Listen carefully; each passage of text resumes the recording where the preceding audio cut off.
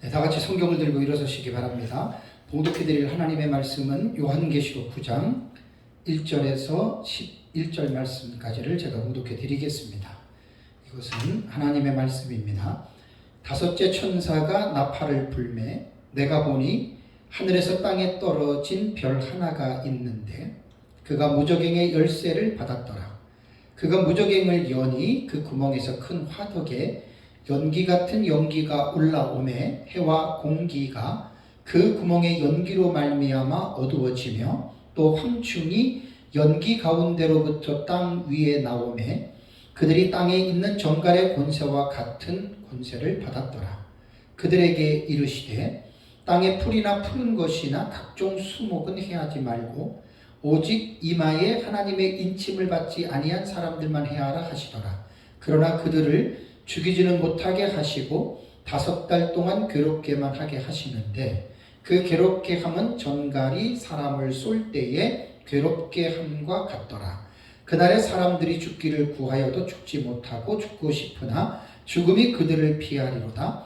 황충들의 모양은 전쟁을 위하여 준비한 말들 같고 그 머리에 금 같은 관 비슷한 것을 썼으며 그 얼굴은 사람의 얼굴 같고 또 여자의 머리털 같은 머리털이 있고 그 이빨은 사자의 이빨 같으며 또 철호심경 같은 호심경이 있고 그 날개들의 소리는 병거와 많은 말들이 전쟁터로 달려 들어가는 소리 같으며 또 정갈과 같은 꼬리와 쏘는 살이 있어 그 꼬리에는 5달 동안 사람들을 해하는 권세가 있더라. 그들에게 왕이 있으니 무저갱의 사자요 히브리어로는 그 이름이 아바돈이요 헬라어로는 그 이름이 아볼루온이더라. 아멘. 네, 앉으시기 바랍니다.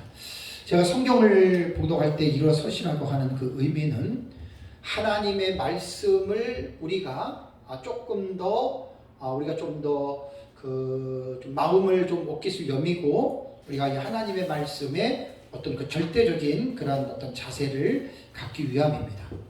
아까도 우리 이 목사님이랑 점심 먹고 잠깐 얘기를 했지만 제가 참 늘 안타까운 생각은 뭐냐면 하나님의 말씀에 성경이 하나님의 말씀이라고 하는 이 절대적인 권위가 지금 많이 약화가 되고 있다고 하는 것을 제가 많이 느낍니다. 우리나라에서도. 이게 사실 하나님의 말씀이 이러한 권위가 절대적인 권위가 떨어져 버리면 교회가 여러분 정말 난장판이 됩니다. 뭐니 해도 하나님의 말씀이 딱 하면 거기에는 목사건 성도건 할 것 없이 그 하나님의 말씀 앞에 모두가 다 두렵고 떨어야 됩니다.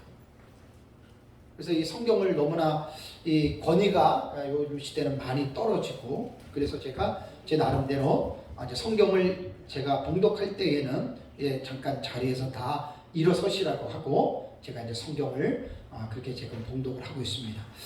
오전에는 제가 두 번째 시간에는 8장 13절에 내가 또 보고 들으니 공중에서 날아가는 독수리가 큰 소리로 새화를 외쳤죠. 그 부분에 대해서 전 시간에는 제가 말씀을 좀 드리고요. 이번 시간에는 이제 9장으로 들어왔습니다. 자, 계시록 9장은 기록된 순서로 볼 때, 형식상 구조로 볼 때에는 9장에는 두 가지 사건이 나와요. 5번째 나팔이 9장 1절에 불리고 13절에 보면은 6째 천사가 나팔을 불매라고 하는 말이 나옵니다. 그러니까 9장에는 두 가지 사건이 나오는데 5째 나팔과 6째 나팔입니다. 그러면 9장 전에 마지막 절에서 말한 내용이 8장 13절에 공중에 날아가는 독수리가 화 있다고 새 화를 외쳤죠. 새 화를 외치고 이 새 화는 앞으로 불어야 할 나팔 소리라고 하는 이 화에 대한 이 부분을 분명하게 명시했죠. 그러니까 나팔이 앞으로 세 개가 불린다. 그러니까 8장 6절에서 12절까지 첫째 나팔, 둘째 나팔, 셋째 나팔, 넷째 나팔이 불려지고 5, 6째, 7째 나팔이 남았잖아요. 그러니까 8장 13절에서는 공중에 날아가는 독수리가 새 화를 외친 것은 앞으로 불어야 할 5째 나팔, 6째 나팔, 7째 나팔이 남았는데 이 나팔을 화의 성격을 가지고 있다. 그래서 다섯째를 첫째화, 여섯째를 둘째화, 일곱째 나팔을 셋째화라고 이렇게 지금 우리는 이제 부르고 있죠. 자, 이제 9장에 들어와서 1절부터 보면은 다섯째 천사가 나팔을 불매라고 이제 쭉 나옵니다. 본문은 이제 제가 이제 조금 시간 되는 대로 주회를 통해서 제가 말씀을 드리고요. 제 책 461페이지부터 보시면 됩니다. 461페이지에서 이게 479페이지까지입니다. 내용이 많은 내용입니다. 이거 한 시간에 강의 다 못합니다. 이제 대략적으로 여러분들이 지금 책을 보시면 이해를 하시면 되겠습니다. 그러니까 이제 다섯째 천사가 나팔을 불었다라고 하는 말은 세 가지 7 시리즈의 나팔 시리즈잖아요, 그렇죠? 그러니까 이거는 봉경군에 해당이 되는 거예요. 봉경군에. 그래서 이제 봉경군에 나타나서 제 책이 460페이지 보면은 제사봉경이라고 써놨잖아요. 제사봉경 9장 1절에서 21절까지 다섯째 나팔, 여섯째 나팔이 바로 이제 봉경이다라고 하는 말입니다. 그래서 지금 첫째화는 오전 시간에도 제가 잠깐 여러분들에게 말씀을 드렸지만 이 황충의 화가 화는 화예요. 근데 이제 요한계시록에서 나오는 화, 곧 이제 환란으로도 볼 수가 있잖아요, 그죠? 근데 요한계시록에 나오는 대환란이 있는데 이 대환란과 황충의 화의 환란은 다릅니다. 이거를 분명하게 구분을 해야 된다. 그런데 많은 계시록 연구가들이 이제 오전에도 제가 여러분들에게 좀 말씀을 드렸지만 황충화에서 제일 먼저 우리가 좀 관심을 가져야 될 게 뭐냐면 가해자와 피해자에 대한 설정을 분명히 하고 넘어가야 됩니다. 자, 가해자와 피해자가 오늘 이제 본문에 보면 황충이가 사람을 5개월 동안 괴롭히거든요. 그럼 이제 가해자는 황충이란 말이에요. 가해자가 황충이 맞고 황충은 메뚜기인데 이 세상에 있는 그런 메뚜기가 아니에요. 이건 상징적인 존재고 황충은 사탄에 의하여 지배를 받는 사탄적인 사람들을 말하는 거예요. 황충은. 그럼 피해자가 누구냐? 피해자에 대해서 거의 뭐 수십 개의 주석들을 보면 거의 대부분이 피해자를 불신자로 해석하는 게 거의 답니다. 근데 제가 뒤에도 말씀을 드리겠지만 우리는 불신자로 보지 않아요. 우리는 피해자를 성도들로 봅니다. 그럼 이제 성경을 해석할 때 전혀 정반대잖아요. 불신자와 성도 정반대잖아요. 그러면 나는 불신자로 보는데 왜 당신은 성도로 보느냐? 또 나는 성도로 보는데 당신은 왜 불신자로 보느냐? 이렇게 해가지고 싸워야 할 문제는 아니에요. 그래서 제 책을 보시면 알겠지만 주회를 무조건 누가 그래서 그렇다더라라고 이렇게 내가 카더라로 한 게 아니고 왜 이 피해자를 성도로 우리는 봐야 되느냐? 거기에 대한 주경신학적인 입장과 그다음에 성경적인 해석이 다 저 나름대로 뒷받침을 했습니다. 그러니까 성경 해석을 할 때 그냥 성경에 대한 어떤 내용을 그냥 신학적인 해석이나 성경적인 해석을 빼버리고 그냥 이건 이거야. 그건 정말 무식한 거예요. 신천지 같은 경우 성경을 통비유로 창세기부터 계시록까지 전체를 비유로 해석을 하는데 그건 아주 웃긴 해석이거든요. 그렇게 해석을 하면 안 되죠. 정확한 4대 신학의 카테고리 안에서 신학적인 입장과 또 성경신학적인 성경 전체적인 입장에서 본문을 해석을 해야 되는 겁니다. 제 책은 무조건 한 게 아니고 나름대로 그러한 신학적인 기본적인 입장들을 다 대변했기 때문에 나는 불신자로인데 당신을 왜 성도로 하느냐? 그러면 책을 보시면 돼요. 그 책을 보시면 돼요. 왜 제가 그렇게 했는지. 내가 막 이런 것들을 가볍게 그냥 말 안 되게 쓰질 않았거든요. 다 나름대로 뒷받침을 해서 했기 때문에. 그래서 여기서 이제 한번 상식적으로 제가 이제 말씀을 드립니다. 자, 우리는 성경을 미래적인 입장으로 읽기 때문에 예수님 재림 직전에 종말이 일어나요. 자, 이제 종말이라고 하는 말은 뭐냐면 사탄도 자기들의 끝을 아는 거예요. 자기들의 끝을. 이거 정말 대단한 건데요. 예수님 당시에도 귀신들이 예수님에게 우리를 당신의 때가 되지 않았는데 왜 와서 우리를 괴롭히는가 귀신들이 얘기하죠. 이 말이 뭐예요? 예수 그리스도께서 사탄과 귀신들을 심판할 때가 있다고 하는 걸 귀신이 아는 거예요. 그러니까 예수님 초림 때에 귀신들은 지금 메시아가 와서 자기들을 심판할 때가 아닌데 그 지금 비밀을 귀신들이 이야기를 한 거예요. 그리고 사탄이 뭐라 그래요? 우리를 무적의 귀신들이 우리를 무적행에는 집어넣지 말라고 그러죠. 무적행은 악한 영들을 가두는 감옥이에요. 그러니까 예수님 재림 직전에 사탄과 귀신들은 자기들이 이제 예수님 재림하면 심판받을 걸 알거든요. 천년왕국 기간 동안에 무적행에 천년 동안 갇혀 있다가 그 다음에 천년왕국 끝나면 영원한 불못으로 던져지는 것을 사탄과 귀신들은 알고 있단 말이에요. 자, 그러면 예수님 재림 직전에 이때는 뭐냐면 아직 예수님 재림 안 하셨어요. 재림이 가까워 왔을 때거든요. 그럼 사탄은 그것을 알기 때문에 쉽게 말하면 총궐기를 하는 거예요. 마지막 최후의 발악을 하는 거예요. 이게 여러분 예수님 재림 직전의 마지막 때의 상황입니다. 이게 제가 상식적인데 질문을 여러분에게 던지기 위해서 이 상황을 먼저 말씀을 드린 거예요. 자, 마귀도 이제 예수님 재림하면 자기들이 무적에 갇히고 이제 지옥에 떨어질 걸 아는데 최후의 발악을 하는데 사탄은 불신자는 누굽니까? 불신자는 사탄에 의해서 마귀의 자식들이잖아요. 예수님의 말씀대로 하면. 그렇죠? 예수님 안 믿으면 아무리 그 사람의 인격이 훌륭해도 마귀의 자식이에요. 그럼 마지막 때 예수님 재림 직전에 사탄이 총봉기를 해서 하나님을 대적하고 이제 교회를 핍박하는 그 사탄이 뭐가 안타까워서 자기의 하수인들인 불신자들을 5개월 동안 괴롭힙니까? 내가 상식선에서 질문을 던지는 거예요. 여러분 어떻게 생각하세요? 상식적으로 이해가 안 되죠, 그렇죠? 그러니까 이거는요 피해자가 불신자가 될 수가 없는 거예요. 왜냐하면 가해자는 사탄이라고 사탄에게 어떤 사탄의 영에 이끌리는 어떤 사람들로 사탄의 군대라고 하는 인간이거든요. 황충 군대가. 그렇게 보는 걸 100% 이건 다 가해자는 사탄으로 봅니다. 피해자를 거의 다 불신자로 보는데 나는 민 목사님이 이게 다 해석한 거예요. 여기에 제가 의문을 제기하는 거예요. 상식적으로도 불신자로 해석하면 안 된다 이겁니다.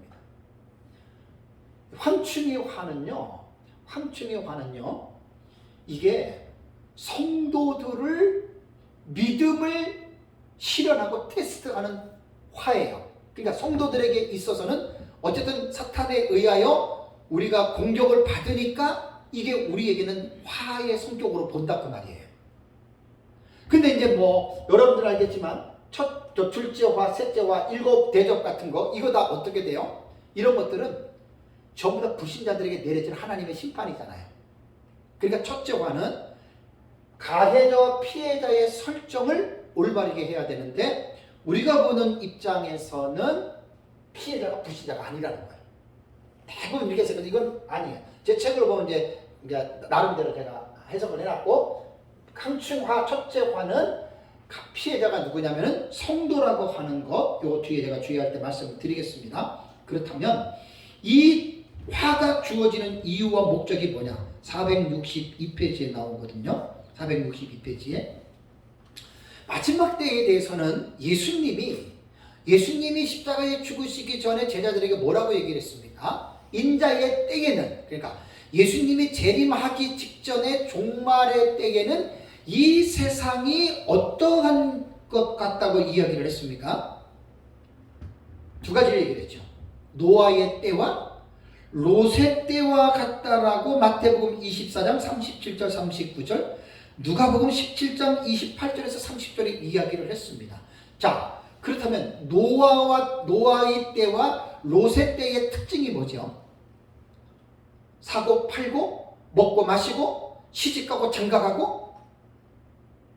뭘 말하는 겁니까? 노아의 때와 롯의 때는, 노아의 때는 물로 심판을 받기 직전이고, 그죠?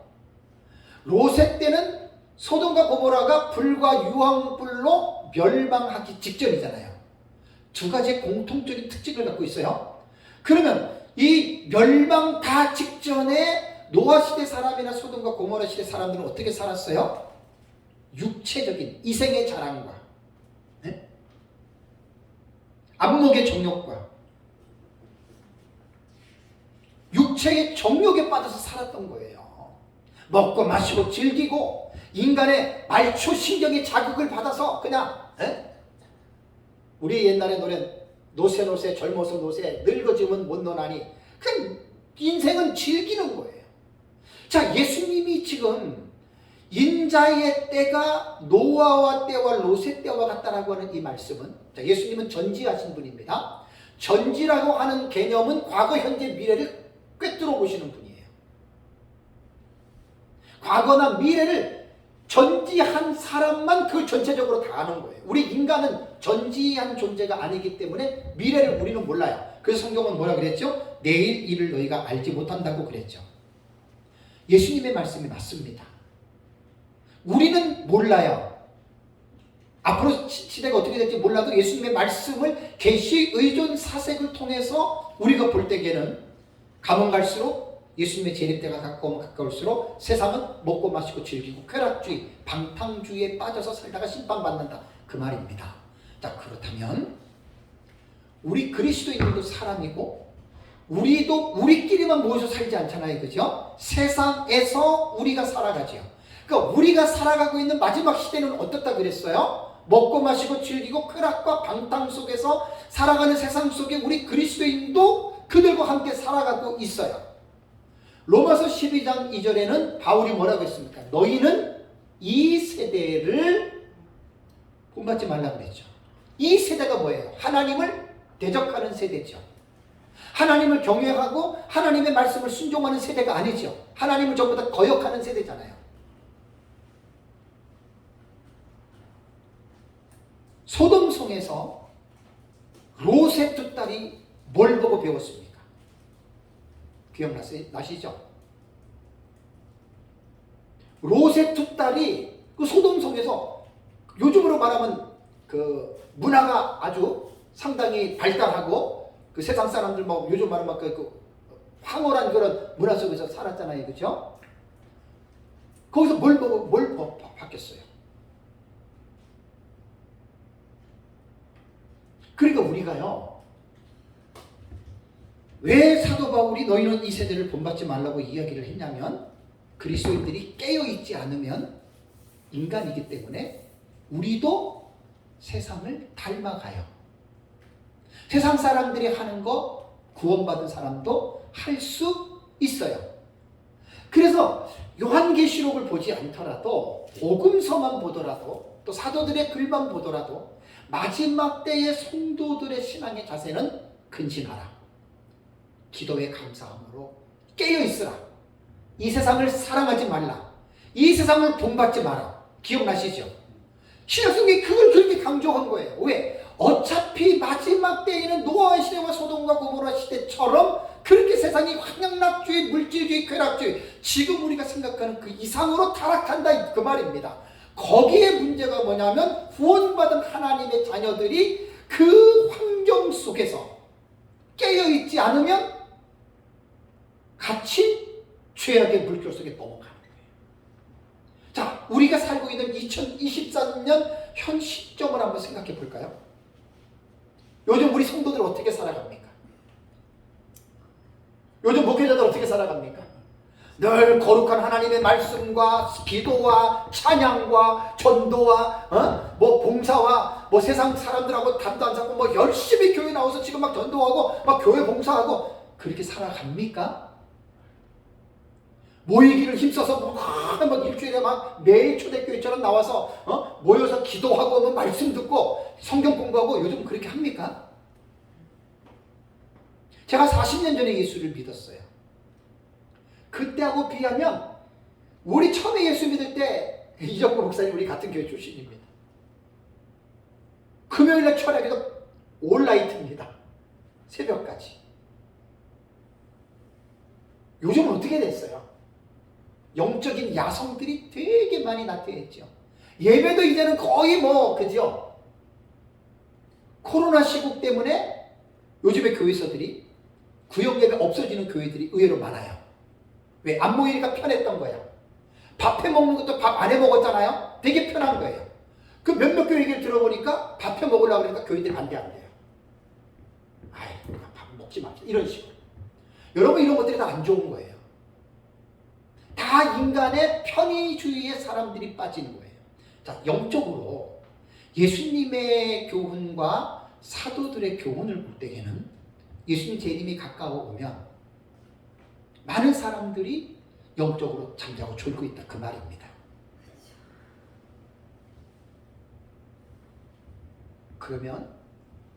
그러니까 종말에 대한 이 시나리오를 분명히 알고 있어야 돼요, 여러분. 그러니까 한 일회의 기간이 닥치잖아요. 전 3년반과 후 3년반 전반부 후반부에서 세대주의자들은 한일의 전체를 대환란으로 보지만 한일의 전체가 대환란이 아니에요. 자, 세대주의와 역사적 전천년은 다릅니다. 같은 것도 많지만 다릅니다. 비슷한 것도 많지만 딱 다르다고 분명히 구분을 먼저 줘야 돼요. 극단적 세대주의하고는 달라요. 자, 우리는 후 3년 반을 우리는 역사적 전천년을 대환란으로 봐요. 세대주의는 한일의 전체를 대환란으로 보거든요. 성경적으로도 안 맞아요. 그럼 대환란은 말 그대로 전무후무한 환란입니다. 다니엘서 12장 1절에 창세기 이후로, 아니죠, 거기는 개국 이래로 이런 환란이 없었던 것이 올 것이다라고 했는데, 다니엘 12장 1절에 다니엘이 예언했던 환란은 아직 여태까지 도래하지 않았습니다. 어떤 사람들은 다니엘의 그 예언이 AD 70년 로마의 디도 장군에 의해서 예루살렘에 왔다, 그거는 아니에요. 아직 다니엘이 말한 그 세상 끝나이니까 주 70년이 아니에요. 마태복음 24장 14절에도 예수님이 창세기 이후로 이러한 환란이 없었다 그랬죠, 그죠? 그 대환란이 이때 일어나는 거, 후 3년 만에. 그러면 황충하는요, 먼저 개략적으로 말씀을 드리면 전 3년 반이 끝나기 5개월 전에 일어나는 환란이에요. 화예요. 황충하는. 전 3년만 끝나기 5개월 전에. 그럼 한 일에는 예수님 재림 직전에 7년이라고 하는 그 기간이 카운트다운이 됐잖아요. 이때 이제 저기 보면 첫째인, 셋째인, 넷째인, 그 다음에 첫째 나팔, 둘째 나팔, 셋째 나팔, 넷째 나팔, 이제 그 어둠의 역사가 이제 하늘나라가 시작되면서 쫙 시작이 되고, 이때 이제 막 성도들이 예수님이 말한 것처럼 노아 롯의 시대처럼 그냥 먹고 마시고 즐기는 것만 이제 성도들도 빠져 있고 영적으로 잠을 자고 있는 거예요. 그래서 이제 두중인의 계시에서 여러분들이 말씀을 드리지만, 두중인들은 하늘나라가 시작될 때 하나님이 인쳐가지고 사역을 시켜요. 왜? 두중인들은 왜 사역을 시켜요? 구원받은 하나님의 백성들이 영적으로 자고 있잖아요. 졸고 있잖아요. 그들을 깨우는 게 마지막 시대 사명자의 역할입니다. 아까 전 시간에도 말씀드렸듯이. 그러니까 예수님의 말씀에 의하면 예수님 재림 직전에 많은 사람들이 영적으로 지금 세상의 그 쾌락적인 문명에 빠져가지고 하나님보다는 그냥 형식적인 신앙생활들을 하고 있는 사람들이 많다는 거예요.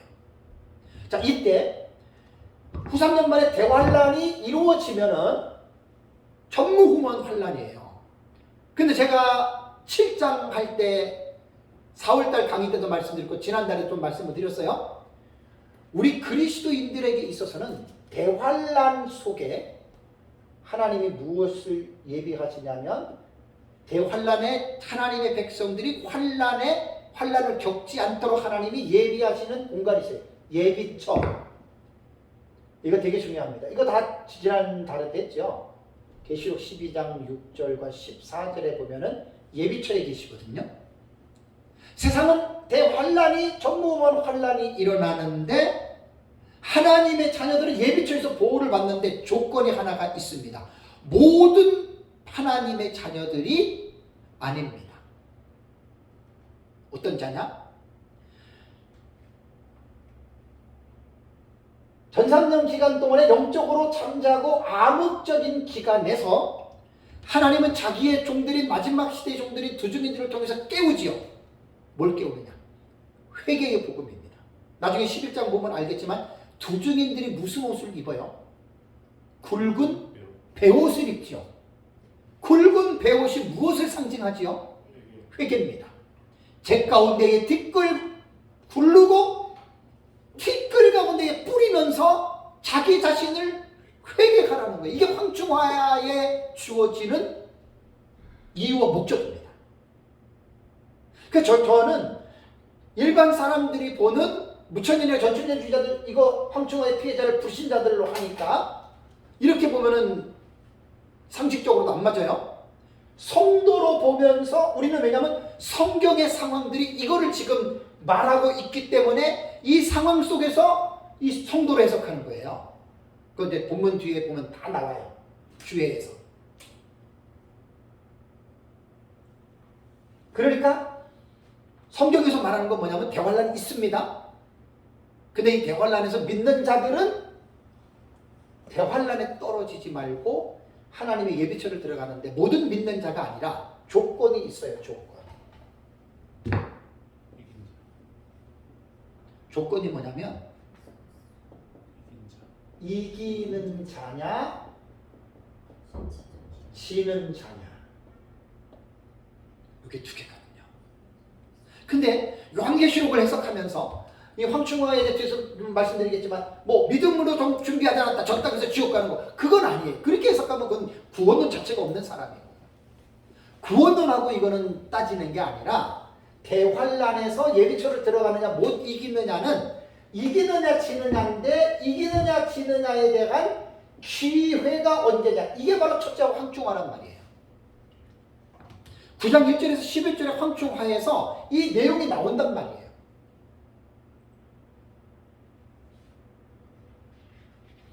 그래서 두중이는 굵은 베옷을 입고 이때 이제 93년반 대환란에 예비처를 들어가느냐 아니면 대환란에 떨어지느냐 이거를 놓고 이제 두중인들이 이제 전파하는 거예요. 그래서 이제 두중인들의 사역은 회개의 복음을 전하는 겁니다. 회개하라. 우리가 예수님 믿고 구원받고 뭐 천국 간다고 하면서도 열심히 깨어서 근신하여 죄와 싸워서 이기고 점도 없고 흠도 없이 거룩하게 살지 않고 그냥 친구하고 먹으러도 가고 마시러도 가고 재미도 보고 즐기고 이런 것들이 죄잖아요. 여러분 예수님 재림을 강조할 때 왜 강조하는 줄 아세요? 예수님 재림하면 우리가 직접 예수님 만납니다. 죽은 사람들은 영원히 이제 부활해서 만나지만 살아있는 지금 예수님 본다고 우리는 그냥 눈으로 예수님 보는 거예요. 그럼 어떤 자세로 만나야 됩니까? 점도 없고 흠도 없이 그런 그게 지금 성경에서 말하는 거예요. 계시록 말고도 베드로후서 3장에도 그 말 나와요. 데살로니가 전서에도 나와요. 사도들의 글들 신약 성경에 이게 나온단 말이에요. 예수님도 말이 나왔단 말이에요. 그러므로 깨어있으라 준비해라. 부끄럽지 않게 인자가 올 때 부끄러운 삶을 살다가 인자를 만나지 말고 꺼리낌 없는 점도 없고 흠도 없이 살다가 나를 만나라. 이게 신약 시대의 성도들이 늘 준비해야 할 삶이라는 거예요. 지금 우리가 이게 재림을 악망하는 사람들이 가지고 있는 삶이란 말이에요. 근데 현대교회가 전 시간에도 말했지만 재림에 대한 메시지가 없으니까 그냥 세상이 돈만 있으면 살기 좋잖아요. 돈만 있으면 살기 좋으니까 예수님 재림 별 상관도 없이 그냥 자기 마음대로 그냥 살다가 난 뭐 예수 믿으니까 구원받으니까 천국 가겠지 이렇게만 교육을 하고 있으니 얼마나 그 교육이 잘못된 교육입니까? 성경은 그렇게 말하지 않아요. 예수님 자신부터도 근신하여라 깨어라. 에? 부끄러움 없이 살다가 나를 만나. 그렇게 얘기했다는 거예요. 그러니까 사역자들이, 목회자들이 재림에 대한 기대감이 없으면 성도들에게 이런 말들을 못해요. 그냥 예수 믿고 도덕과 윤리적으로 깨끗하고 착하게 살고 어차피 우린 예수 믿어서 구원받았으니까 열심히 예수 믿고 기도해서 복 받아가지고 부자 되고 자식들 잘 되고 누리고 좋은 차 타고 좋은 집 사고 좋은 옷 입고 어떻게 보면 이렇게밖에 들릴 수밖에 없다는 거예요. 잘못된 가르침입니다. 성경을 봐보세요. 육신적인 현실적인 것보다는 성경은 영혼에 대한 부분을 강조하고 있어요. 정도 없고 흠도 없이 책망받을 것이 없이 거룩하게 살다가 주님을 만나자. 이게 교회가 외쳐야 될 복음이에요. 지금 교인들이 교회가 아무리 좋고 아무리 많이 보여도 교회 목회자가 이러한 예수님의 재림 앞에 거룩한 삶을 강조하지 않으면 그 교회는 올바른 교회가 아니에요. 그냥 세상적인 교회로 되는 거예요. 세상적.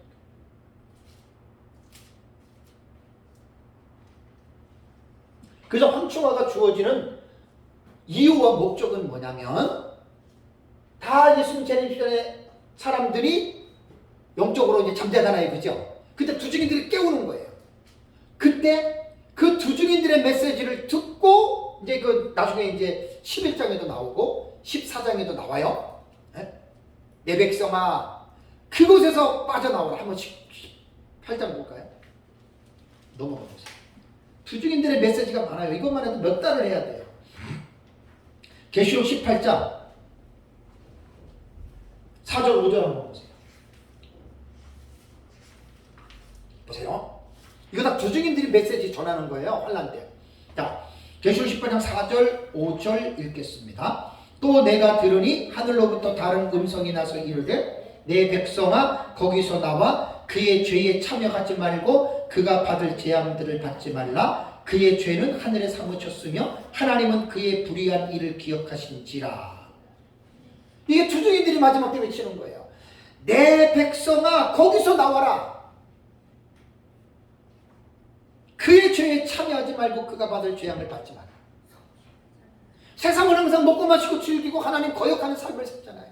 오늘날에도 그리스도인들이 구원받은 사람들이 하나님을 영원롭게 하고 하나님께 영광을 돌리기보다는 자기 자신, 자기 가정, 자기 편리를 위해서 교회를 다니고 하나님의 교회, 하나님의 영광보다는 자기를 위하여 살아가고 있지 않습니까? 입으로는 구원받았다고 입으로는 하나님 앞에 감사하다고 하면서도 삶의 모습을 보면 목회자들은 잘 알잖아요. 돈 쓰는 거, 시간 쓰는 거 이런 거 보면은 하나님은 안중에도 없어요. 네? 자기 쓰다가 남으면 헌금 좀 드리고 아까워서 헌금도 못 드리고 그런 사람들이 꽤 있어요. 그게 뭐냐면 하나님의 은혜를 모르고 외울망덕하고 세상에 빠진 사람들이 그런 사람들이. 그리고 그런 성도들을 두 증인들을 깨우니까 메시지가 얼마나 여러분 강력하겠어요. 네? 뭐 설교자들이 무슨 설교가 무슨 도덕적인 윤리적인 강화입니까? 네? 귀에 듣기 좋으라고 하는 게 여러분 그게 설교인 줄 아세요? 사람의 양심을 폐부를 깊이 찔러줘야 돼요. 네? 말로는 구원받았느냐 하나님 어쩌고저쩌고 하는 그런 외식들을 메시지가 그들의 심령을 찔러 쪼개줘야 된단 말이에요. 내 백성아 나와라. 그렇게 살다가 그들의 받는 재앙을 받지 말아라. 이렇게 말을 하는 거예요. 여기서 이제 결정은 누가 내리는 줄 아세요? 하나님이 내리는 게 아니에요. 성도 각 사람이 자기가 결정하는 거예요. 구원 아니에요. 이거는 대환란에 빠지느냐 예비처로 들어가냐 여기서 하나님이 인간의 책임을 물으시는 거예요.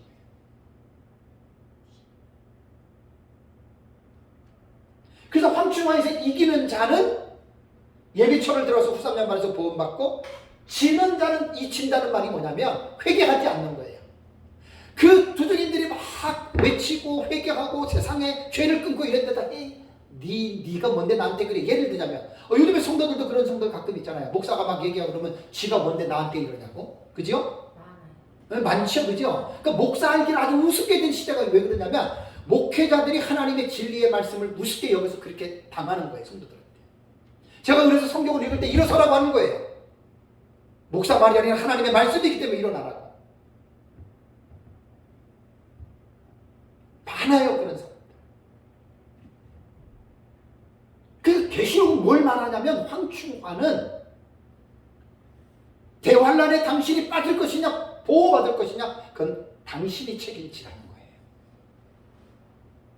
여러분, 이게 제가 장로교고 칼빈주의고 개혁신학을 했거든요. 칼빈주의 개혁신학의 큰 문제점들이 없는 게 아니에요. 하나 말씀드리자면, 하나님의 절대 주권을 강조하죠. 네? 절대 주권. 또 absolute sovereignty of God이에요. 하나님의 절대하신 주권이에요. 이 절대 주권을 잘못 이해하면 모든 거 하나님이 다 하신데, 그럼 인간은 뭘 해요? 하나님이 다 하신대. 구원도 하나님이 다 알아서 해주고 뭐도 다 알아서 해준대. 이게 이제 장로교와 칼빈주의 신학을 잘못 배운 사람들이 하나님의 절대 주권이라고 하는 의미도 모르고 모든 인간의 책임을 약화 내지는 인간의 책임을 덮어버리는 경우가 있어요. 이게 제일 큰 약점 중에 하나예요. 하나님 다 알아서 해줘. 하나님 모든 거 다 정해줬어. 자, 여러분, 우리 인생의 운명을 하나님이 일일이 다 정해놨습니까? 어떻게 생각하세요? 그건 틀린 말이에요. 그건 운명론이에요.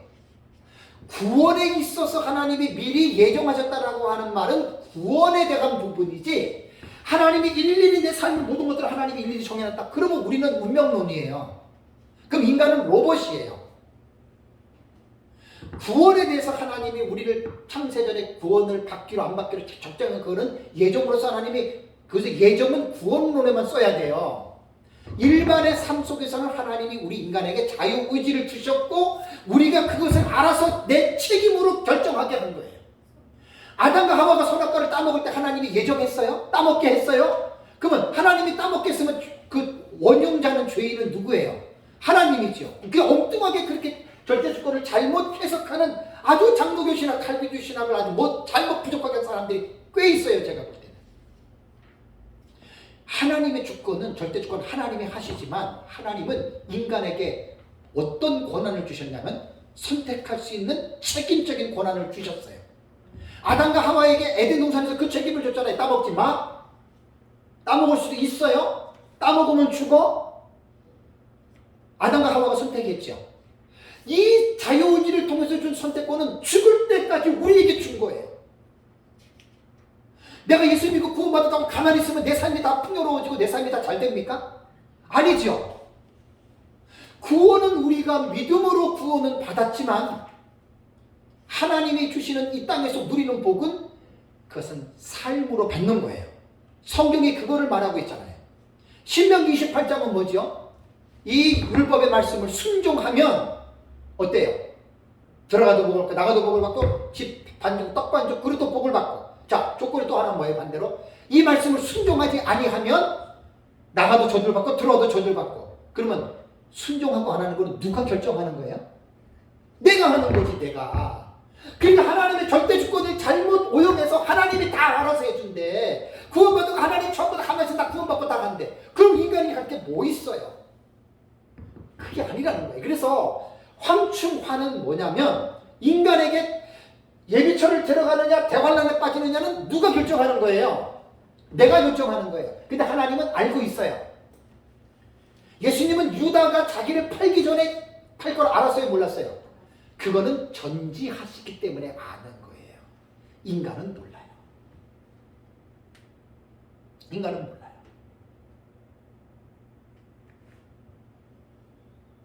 너무나 여러분, 이게 하나님의 절대주권 잘못 가르쳐서 인간의 책임을 덮어들, 이게 하이퍼 칼비니즘은 이단이라고도 그래요.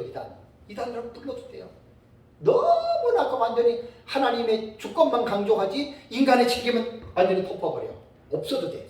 이게 그러니까 이단 소리 듣죠. 알미니안주의는요, 하나님의 주권보다는 인간의 책임을 와 이렇게 높여요. 네가 해야 된다, 네가 해야 된다. 근데 여러분, 우리가 살아봐서 알잖아요. 예수 믿는 우리가 내 뜻대로 돼요? 신앙생활이? 안 되죠. 하나님의 은혜가 필요하죠. 그래, 이 신학 같은 경우도 이게 균형을 잡지 못하면은요, 한쪽으로 치우치면 정말 안타까워요. 근데 제가 늘 이거는 설교 때도 얘기를 하고 강의 때도 얘기를 합니다. 특히 장로교 목사님들, 칼빈주의 개혁주의 신학 공부하시는 분들, 다는 아니지만 제대로들 했지만 그 중에 절대 주권 딱 해놓고 하나님이 모든 걸 다 한대. 그럼 인간은 뭐예요? 인간의 책임을 묻습니다. 그 책임을 강조해줘야 돼요. 이 개혁주의는 책임을 강조하지 않으면 그 잘못된 개혁주의예요. 그래서 황충원은 바로 그겁니다. 두증인들이 외칠 때, 회개하라고 외칠 때 뭐 해야 돼요? 회개해야죠. 그 계시록이 그걸 말하는 거예요. 자, 그러면 계시록에 에서고도 사빌라 7개 교회 있죠? 7개 교회의 공통 분모로 한 말씀이 두 가지가 있죠. 이기는 자, 그 다음에 귀 있는 자는 성령이 교회에서 하신 말씀을 들을지어다. 이게 공통적으로 들어간 거예요. 니콘티, 이기라는 말이에요. 누가 이겨요? 가만히 있으면 하나님이 이기게 해줘요? 참 웃긴 사람이야. 아니, 가만히 있으면 이겨요? 나 예수 믿고 구원받았는데 가만히 있으면 마귀가 날 보고도 구원받고 나 떠나고, 어? 여러분, 그러나요? 마귀는요, 구원받은 사람들을 더 떼거리로 몰려갑니다. 그래서 베드로 사도는 뭐라고 그랬습니까? 마귀가 우는 사자처럼 두루다니면서 삼킬다. 대상이 우리예요. 우리 불신자들은 마귀의 자녀니까 거기는 말 안 해도 다 따라가잖아요. 우리를 그렇게 따는 거예요. 그래서 베드로도 뭘 하는 거예요? 너희가 믿음에 굳게 서서 저를 대적하라는 말은 가만히 있으면 하나님이 구원받았으니까 대적하게 해주나요? 누가? 너가. 누구 책임이에요? 내 책임. 그러니까 하나님의 주권이 100%면 인간의 책임도 100%를 해야 된다. 그 말입니다. 제 얘기는. 그 선택은 물론 구원은 달라요. 그건 내가 선택하는 게 아니에요. 100% 하나님이 하시는 거고, 구원받은 이후에 이 세상을 살아가는 우리는 내가 결정해야 돼요. 아, 예수 믿고 구원받았으니까 하나님이 잘 되게 할 겁니다. 걱정하지 마십시오. 근데 그렇게들 살아요? 그러니까 그런 신앙을 갖고 있으니까 그렇게들 사는 거예요. 잘못 사는 사람들은. 맨날 구원받았다 그러고, 예? 자기가 해야 할 책임은 그냥 하나님에게 던져버리고 자기 잘못되는 거 하나님의 뜻이래. 저는 목회자들 중에 가끔 그런 분들을 봤습니다. 자기가 잘못 결정했어요. 근데 뭐라고 하는 줄 알아요? 하나님의 뜻이었대. 하하, 참나. 3계명 범하는 거예요. 하나님의 이름을 망령되게 일컬어요. 자기 회개도 안 해요. 그 신학이 잘못됐어요. 그래요, 목회자가. 그래서 황충화에서는 이 부분을 알아야 됩니다. 자, 그럼 이제 463페이지 보겠습니다. 다 주의를 못하고 463페이지 보시면 9장 1절을 보시면 다섯째 천사가 나팔을 불매 내가 보니 하늘에서 땅에 떨어진 별 하나가 있는데 그가 부조경의 열쇠를 받았다. 자, 나팔을 불어서의 다섯째 천사가 이게 첫째 화입니다. 다섯째 나팔이. 근데 하늘에서 땅에 떨어지는 별 하나가 있어요. 별이 떨어졌어요. 근데 그 별이 뭘 갖고 떨어졌어요? 무저경의 열쇠를 가지고 떨어졌다. 464페이지 보면 하늘에서 떨어진 별에 대한 제 견해를 보면 사탄으로 해석하는 사람도 있고 거룩한 천사로 해석하는 사람들이 있습니다. 자, 이강훈 목사님 계시록 주석에 보면 국내외 학자 15명의 견해를 소개하고 있는데 그 중에 3분의 2가 사탄으로 해석합니다. 거기 김홍조, 조영기, 이상근, 서건태, 박윤선, 이강국, 비도울프, 핸드리슨, 왈브도 쭉 나오잖아요. 이 사람들은 사탄으로 해석했고 이와는 반대로 3분의 1은 거룩한 천사다. 김재준, 데이크, 존슨, 렌스키, 조지레드 이렇게 봤습니다. 천사가 맞습니까? 사탄이 맞습니까? 그건 자기가 믿는 대로 믿는 거예요. 싸우지 마세요. 하나하나 들어가면 다 이래요. 백인백색 천의 얼굴이에요. 근데 천사로 보던 사탄으로 보던 그 주장하는 해석이 건강해야 돼요. 일리가 있어야 돼요. 성경적으로 신학적으로 맞아야 돼요. 그것 없이 무조건 나는 누가 그랬으니까 이렇게 한다. 그거 진짜 무식한 사람이에요. 그렇게 하면 안 돼요. 그런데 여기서 놀라운 게요. 결론적으로 말씀을 드릴게요. 여기에 보면은 하늘에서 떨어진 별은 우리 사탄으로 봐요. 근데 사탄이 뭘 갖고 떨어졌어요? 무적행의 열쇠를 갖고 떨어졌어요. 무적행은 뭐지요? 악한 영들을 가두어 놓은 영적인 감옥인데 지금 무적행에 귀신들이 드글드글해요. 열쇠를 잠궈놔서 지금 못 나오는 거예요. 근데 그 무적행의 열쇠를 갖고 떨어졌다. 여러분 9장 1절에서 보세요. 1, 2, 3절에서. 주어가 누구예요? 여기 봐보세요. 주어가 누구예요? 9장을 보면은 주어가 불분명해요. 하나님도 아니고 사탄도 아니고, 그죠? 주어가 명시되어 있지 않아요. 자, 기가 막힌 거 말씀드릴게요. 몇 페이지를 보냐면 468페이지 보세요. 468페이지. 자, 468페이지 위에 보면은 본문의 내용은 황충들에게 명령을 하다라는 내용이 나온다. 본문의 소리를 살펴보아야 할 것은 명령자는 누구이며 그 내용은 무엇을 말하는 것인가이다. 인간 황충들에게 명령을 내리는 존재는 누구일까? 황충들의 왕은 무적행의 사자인 적그리스도라고 9장 11절에 나오고, 그 다음에 본문의 내용을 보면 황충들에게 명령을 내리시는 분은 주어가 명확하게 나오지 않는데 제가 하나님이라고 그랬어요. 그럼 왜 하나님이라고 이 부분에 대해서 제가 말한 줄 아세요? 하나님이라고? 그러니까 그건 이제 원어에 대한 의미를 아는 사람들은 이 말을 할 수가 있어요. 자, 보면은 1절을 다시 보시면 1절을 보면 열쇠를 받았더라라는 말이 나오죠. 그죠? 네? 받았더라. 이게 헬라어로 보면은 이게 에도세라고 하는 단어입니다. 에도세, 에도세라고 하는 단어예요. 이게요 아주 그 특별한 단어입니다. 왜 특별한 단어냐면 이 에도세는 이게 수동태로 되죠. 수동태. 능동태가 아니에요. 그러니까 받았더라라고 말했잖아요. 그죠? 그런데 헬라어를 연구하는 학자들이 보면은 이 에도세에 대해서 이거는 신적 수동태라고 아예 못을 박아놨어요. 조건이 있어요. 조건이 뭐냐면 무조건 다 신적 수동태가 아니에요. 에도세는 무조건 다 신적 수동태가 아니라 텍스트에서 주어가 불분명할 때입니다. 그러니까 헬라어 본문에서 주어가 불분명, 지금 이 9장이니까 다 지금 주어가 불분명한 거예요. 하나님이라는 것도 사탄도 없어요. 그런데 에도스라고 하는 이 동사가 딱 나왔다 그러면 이거는 신적 수동태예요. 곧 하나님이 주어가 되는 거예요.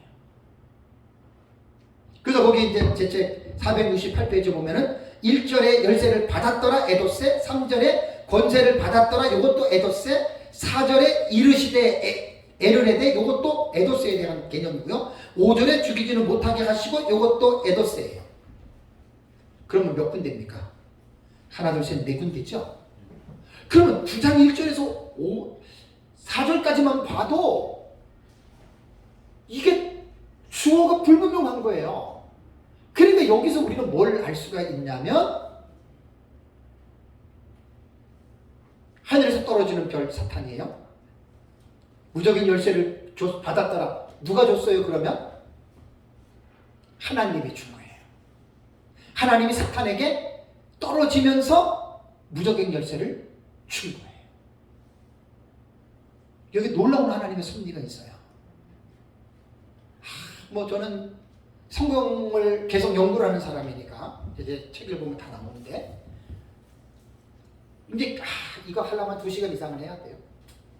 거의 뭐 이제 50분 됐는데 제가 지금 해 나가는 방식이 이게 지금 이제 주의 강의인데 아까 말씀드린 대로 이 공부는 요한계시록 최고급 과정이에요. 최고급. 처음에 기초 공부할 때는 뭐 주제별로 공부하고 아까 제가 말씀드린 그 형식상 구조, 내용상 구조, 개론적인 공부하고 난 다음에 최종적으로는 본문 들어가는 게 이렇게 본문이에요. 그래서 이제 단어 하나, 구문론. 그리고 여러분 요한계시록 몇 년 해가지고 어림도 없어요. 몇 년 어림도 없어요. 그러니까 계시록 깊이 있게 배우지 않으면 그냥 카더라 해가지고 그냥 뭐 이것만 해가지고 마치 그게 다 아는 것처럼 그렇지 않습니다. 그래서 9장 1절에 땅에 떨어진 벼라는 사탄입니다. 그가 무적행의 열쇠를 받았습니다. 에도세 신적 수동태예요. 하나님이 사탄에게 줬어요. 왜 줬겠어요? 왜 줬겠어요? 무적행을 열면 어떻게 돼요? 귀신들이 올라오죠. 와, 옛날에 내가 이 말씀 깨달을 때 지금도 섬뜩해요. 자, 보세요. 지금 사탄과 귀신들은 어떻게 있어요? 여러분, 이거 참 이런 것들 정말로 모르는 사람들은 이런 것도 모르는데,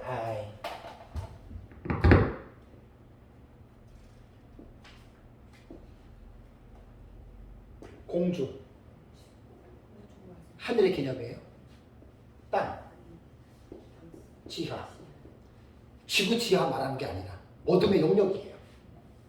성경을 보면 악한 영들은 사탄이 공중권세 잡은 왕이죠, 그죠?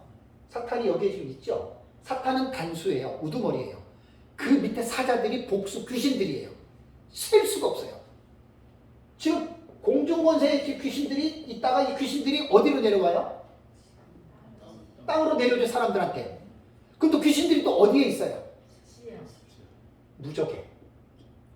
여기에 있는 귀신들이 지금 올라와요, 못 올라와요? 못 올라와요. 왜? 갇혀 있잖아요.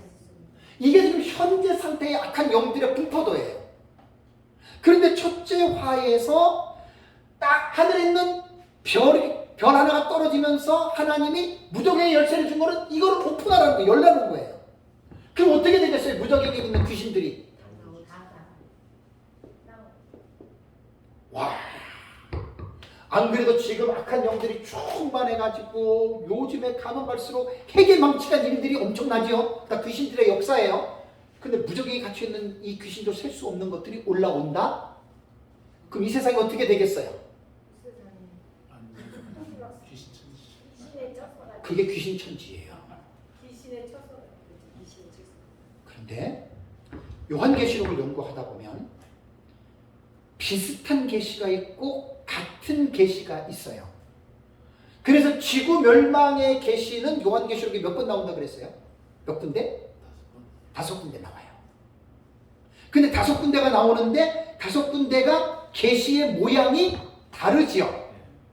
6째 인으로 지구 멸망을 계시를 했고 8장 3절과 5절에 금양용을 쏟는 사건으로 지구 멸망을 계시했고 그 다음에 14장에 가서 그 익은 포도주 통일을 짓밟는 것도 그것도 지구 멸망에 계시고 그 다음에 7번째 대접이 지구 멸망에 계시고 계시록 18장이 지구 멸망의 현장이죠. 요한계시록이면 지구 멸망이 제가 5번 나와요. 동일한 사건인데 사건을 계시한 모양과 방법이 달라요. 그러면 첫째 화에서 지금 공중에서 별 하나 사탄이 떨어져서 무적의 열쇠를 가지고 떨어진 이 사건이 요한계시록에 있을까 없을까를 알아야 돼요. 그러니까 이런 거는 깊이 연구 안 하면 생각도 못 하는 거예요. 12장을 가볼까요? 제 책에 다 나옵니다. 12장 7절부터 12절까지 내용입니다. 자, 12장 7절부터 보면은 하늘에 전쟁이 있으니, 하늘에서 전쟁이 있어요. 미가엘과 그의 사자들이 용과 더불어 싸울세 용과 그의 사자들과 싸웠다. 자, 하늘에서 이게 전쟁이 일어나요. 지금 하늘에 천사도 있죠, 그죠? 공중에 사탄도 있죠, 귀신들도 있죠. 근데 여기 본문에 보니까 전쟁이 일어났어요. 싸웠어요. 근데 그 전쟁이 어떻게 되느냐. 8절에 이기지 못하여 다시 하늘에서 그들이 있을 곳을 얻지 못한지라 큰 용이 내쫓기니 곧 옛뱀 곧 마귀라고도 하고 사탄이라고도 하며 온천하를 꿰는 자라. 그러니까 사탄, 이 사탄을 뱀이라고 옛뱀이라고도 부르고 마귀라고도 부르고 온천하를 꿰는 자. 존재는 하나예요. 4가지 5가지로 그를 부른다는 거래요. 근데 온천하를 깨는 자라 그가 어떻게 됐습니까? 땅으로 내쫓기니. 그 다음에 어떻게 해요? 그의 사자들도 그와 함께 내쫓기니라. 자, 그럼 이게 도대체 12장 7절에서 9절에 나타나는 공중에서 지금 미가엘과 사탄과의 전쟁이 있었죠. 졌어요, 사탄이. 내쫓겼어요. 사탄은 이제 공중에 올라가요, 못 올라가요? 지금 사탄과 귀신들은 자기네들의 거처가 어디예요? 공중권세 잡은 자라 그랬잖아요. 공중에 있어요. 오르락 내리락 하지요. 무적행은 못 들어가요. 근데 12장에 보면은 언제인지 모르지만 공중에서 영적인 전쟁이 일어나서 사탄이 패하고 떨어져요. 못 올라가요. 무적행을 열었더니 귀신들이 올라가요. 하하, 참 끔찍합니다. 이 상황이 돌아온단 말이에요. 언젠가. 그러면 제 도표를 보면은 미가엘과 용의 전쟁 저기 맨 위에 있죠. 그죠? 미가엘과 용의 전쟁에서 줄을 뚝 해가지고 화살표 내려놨죠. 그리고 무적행이 열림 나오죠. 그죠? 그러니까 12장 7절 이후의 계시와 계시록 9장 1절의 첫째와 별이 떨어지는 것과 같다는 거예요? 다르다는 거예요?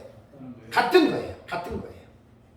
그러니까 계시록 9장 1절의 첫째 화는 사탄이 떨어지면서 무적행의 열쇠를 가지고 떨어졌다고만 나오지 그 배경에 대해서는 설명을 안 해줬어요. 그죠? 근데 그 배경을 설명해 주는 것이 계시록 12장 7절 이후에 떨어질 때 공중에서 미가엘과 군대들에게 져서 떨어지면서 하나님이 사탄에게 뭘 줬어요? 무적행의 열쇠를 줬어요. 왜? 갖고 내려가 열어라. 보세요. 하나님은 우리들에게만 명령하는 분이 아니에요. 만왕의 왕, 만주의 주이시기 때문에 사단도 하나님의 권세 아래에 굴복하고 있는 거 아시죠? 욥기서에 보면 사단도 두루다니다가 하나님 앞에 사탄이 섰다 그랬죠. 그죠? 그게 전능하신 하나님이시란 말이에요. 그러니까 에도세라고 하는 이 동사는 신적 수동태로서 하나님이 사탄에게 준 겁니다. 자, 다시 계시록 9장을 가볼게요. 9장을 보면은 자, 무적의 열쇠를 받았고 2절에 그가 무적행의 열쇠를 여니 그가 사단입니다. 사단이 무적행의 열쇠를 여니 그 구멍에서 뭐가 지금 나와요? 검은 연기 같은 연기가 올라오매 그 다음에 그게 어떻게 돼요? 해와 공기가 그 구멍의 연기로 말미암아 어두워지며 무적행의 귀신들이 지금 다 올라온 거예요. 그러니까 이 세상이 아까 말씀드린 대로 뭐가 됐어요? 사탄 귀신들의 천지가 돼버린 거예요. 지금하고는 전혀 상황이 달라요. 지금하고 상황이 달라요. 끔찍합니다.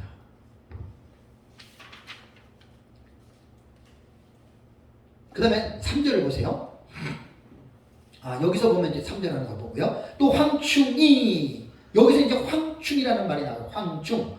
황충이라고 하는 말은 아크리스라고 하는 말은 메뚜기라고 하는 뜻입니다. 466페이지에 나옵니다.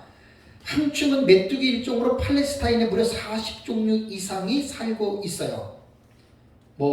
크기는 보통 5cm고요. 날개는 키의 2배 정도 된다고 그러고 무리를 지어서 날아다니면서 보통 무리의 폭이 300m, 길이는 6km, 떼를 지어서 사는 메뚜기예요.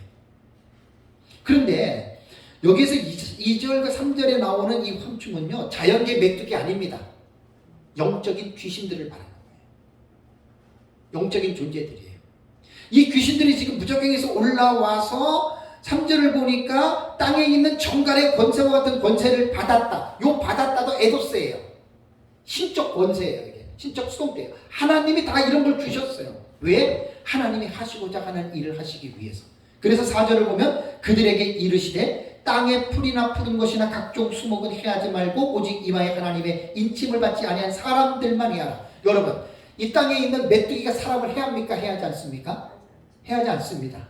그러니까 여기서는 자연계의 메뚜기가 아니고 영적인 존재라고 하는 말이 본문 안에서도 충분히 여러 번 나옵니다. 그러니까 4절에서는 뭘 봐야 되냐면 오직 이마에 하나님의 인침을 받지 아니한 사람들만 해하라. 그러면 반대로 인침을 받은 자는 어떻게? 건드리지 말라는 거잖아요. 그죠? 이거 참 기가 막히네. 우리는 다 아니까 충분히 아는데 모르는 사람들은 지금 되게 궁금한 거예요. 여러분, 이마에 입 맞은 자는요, 성경은 성경 안에서 해석을 해야 돼요. 계시록은 계시록 안에 해답들이 있는 거 거기서 찾아야 돼요. 14만 4천이 어디에 입 맞았어요? 이마에 하나님 입 맞았죠. 그럼 14만 4천이 누구냐에 대한 해석에 따라서 이마에 입 맞지 않는 사람이 나오잖아요. 자, 무천년과 전천년 대체적으로 대부분이 14만 4천 입 맞은 자를 구원받은 자들로 이야기합니다. 구원받은 자들로. 그러면 구원받지 않는 사람은 누구예요? 이마에 인침 받지 않는 자는? 불신자잖아요. 요 14만 4천 이마에 인침을 받은 자를 어떻게 해석하느냐에 따라서 불신자냐 성도냐가 딱 결정이 되는 거예요. 자, 우리는 다시 이제 성경을 제 체계적으로 이해를 해야 돼요. 무조건 뭐 누가 그러니까 그렇고 그렇게 가면 안 돼요. 우리는 제가 7장 강의할 때 14만 4천 이마에 인침을 받은 자가 누구라 그랬어요? 우리는 두 증인들이에요. 14만 4천 그 두 증인들이에요. 저기 구원받은 자 아니에요. 구원받은 자 인침이 아니에요. 우리는 그렇게 해석하잖아요. 자, 그럼 보세요. 땅에서는 불신자 살지, 사역자 두 증인 살지, 성도들 살지, 그죠? 그 땅에 세 부류가 있어요, 사람들이. 그러면 이마에 입 맞지 않는 자, 이마에 입 맞은 자는 누구라고 그랬어요? 두 증인이라고 그랬죠. 그럼 안 맞은 사람은 누구예요? 불신자들과 성도지요. 그러면 사탄이 지금 공격 대상이 아까도 말했지만 자기 자식을 공격하겠어요? 아니면 남의 자식을 공격하겠어요? 남의 자식 공격하면 불신자들 빼면 누구만 남아요? 성도들만 남잖아요. 이게 설득력 있고 합리적인 해석이에요. 지금 이게 막무가내로 가는 게 아니에요. 지금. 그러니까 이마에 입맞지 않는 사람이니까 마지막 시대의 사역자, 그러니까 두 증인이 저기 전삼대만은 어떻게 해요? 두 증인은 1260일 동안 불사신의 권세를 가지고 사역을 하잖아요. 그러니까 귀신들이 건드려요? 못 건드려요? 못 건드려요. 건드렸다가 자기들이 죽어요. 그래서 하나님 이게 뭐냐면 이 황충하에서 에도세가 신적 수동태이기 때문에 하나님이 사탄에게 허락한 거예요. 하나님의 계획 속에서 이루어지는 거예요. 그러니까 여기서 이마에 입 맞지 않는 사람만 괴롭히라는 말이에요. 그 불신자는 우리가 생각을 할 필요가 없는 거예요. 그런데 거의 모든 계시록 해석가들이 전천년도 무천년도 황충하의 피해자를 불신자로 집어넣는 거예요. 정말 난 마음이 너무 안타까워요. 조금 있으면 자기가 멸망하는 거 귀신이 아는데 뭐하러 자기 아들들을 뭐하러 괴롭히냔 말이에요. 에? 더 충동시켜가지고 믿는 사람 핍박하게 만들지. 지금 우리가 하는 해석은 다니엘서 9장에 나타난 70일의 계시의 신학적 기초가 너무 분명해요. 그 신학적 기초 안에서 한 일의 그 계시를 가지고서 요한계시록 6장부터 19장까지 해석을 하지요. 이게 우리 신학적 기초예요. 마구잡이가 아니에요, 지금. 그러니까 6장부터 19장까지는 한 일의 7년 동안에 일어나는 일이에요. 여기서 44가지 사건을 다 지금 해석을 하잖아요. 그러니까 이게 웬만큼 해석을 해가지고는 어림도 없습니다. 막 충돌하고 앞뒤가 안 맞고 막 이상한 해석이 되거든요. 제가 민 목사님한테 배워가지고 정리한 책을 잘 읽어보세요. 전혀 충돌이 없어요. 충돌이 있을 수가 없어요. 이런 것들이 딱 한 일의 신학적인 입장에서 정확하게 여러분 그런 부분들이 맞아 들어간다라고 하는 거 여러분들이 꼭 기억을 해야 됩니다. 그래서 그들에게 이르되 땅의 풀이나 푸른 것이나 각종 수목은 행하지 말고 오직 이마에 하나님의 인침을 받지 아니한 사람들만, 이게 바로 성도입니다.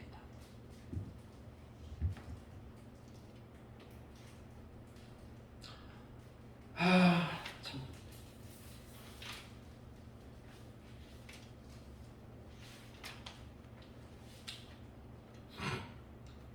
어쨌든 잠깐 쉬고요. 네, 다음 시간에 또 보도록 하겠습니다.